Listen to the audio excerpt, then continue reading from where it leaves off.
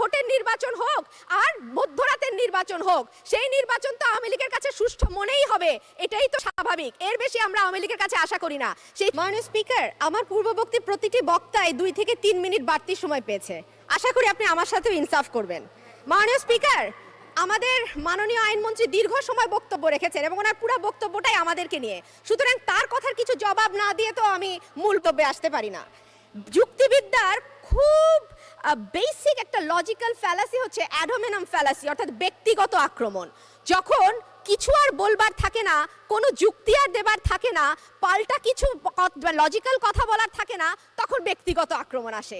দীর্ঘদিন উনি আইন অঙ্গনে অত্যন্ত সফলতার সাথে প্র্যাকটিস করেছেন। উনি আমার কথার যুক্তি না পেয়ে শেষমেশ সংসদে আমার পোশাক নিয়ে আলোচনা হবে কিনা এই ধরনের অভব্য কথা ওনার মুখ থেকে আমরা আশা করি না। এখানে সংসদ নেত্রী আছেন, তিনিও নারী, মাননীয় স্পিকার আপনি আছেন, আপনিও নারী, বিএনপিকে নিয়েই হয়েছে। সুতরাং এটার বাজেট অধিবেশন না বলে আমি প্রস্তাব করেছিলাম এর নাম পদ্মা অধিবেশন রাখবার জন্য। আইনমন্ত্রী নানান কথা বলতে গিয়ে একটু ভুলভাল কথাও বলে ফেলেছেন।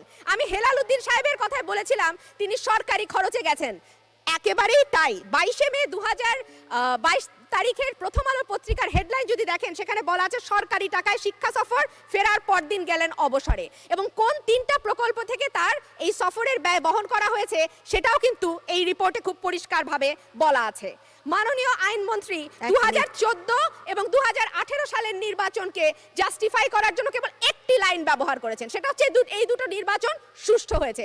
তা তো বটেই, যেই নির্বাচন দিয়ে আওয়ামী লীগ ক্ষমতায় আসে সেটা বিনা ভোটের নির্বাচন হোক আর মধ্যরাতের নির্বাচন হোক, সেই নির্বাচন তো আওয়ামী লীগের কাছে সুষ্ঠু মনেই হবে, এটাই তো স্বাভাবিক। এর বেশি আমরা আওয়ামী লীগের কাছে আশা করি না।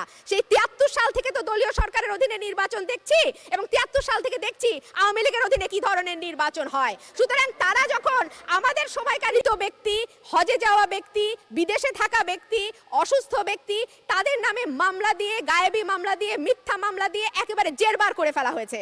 আমরা দেখছি সামনে আরেকটি নির্বাচন এবং এই নির্বাচনকে ঘিরে এইবারও সরকার সেই ধরনের কোনো নীল নকশা করছে বলেই আমরা বিশ্বাস করি। তার কারণ এর একটা স্পষ্ট আলামত হচ্ছে মানবাধিকার সংস্থা অধিকারের নিবন্ধন তারা নবায়ন করে নাই। অধিকারের পক্ষ থেকে জানানো হয়েছে 2014 সালে নিবন্ধন নবায়নের আবেদন করা হয়েছিল। তারা অভিযোগ করছেন যে তাদের তরফ থেকে সকল কাগজপত্র জমা দেওয়ার পরেও বিষয়টি ঝুলিয়ে রাখা হয়।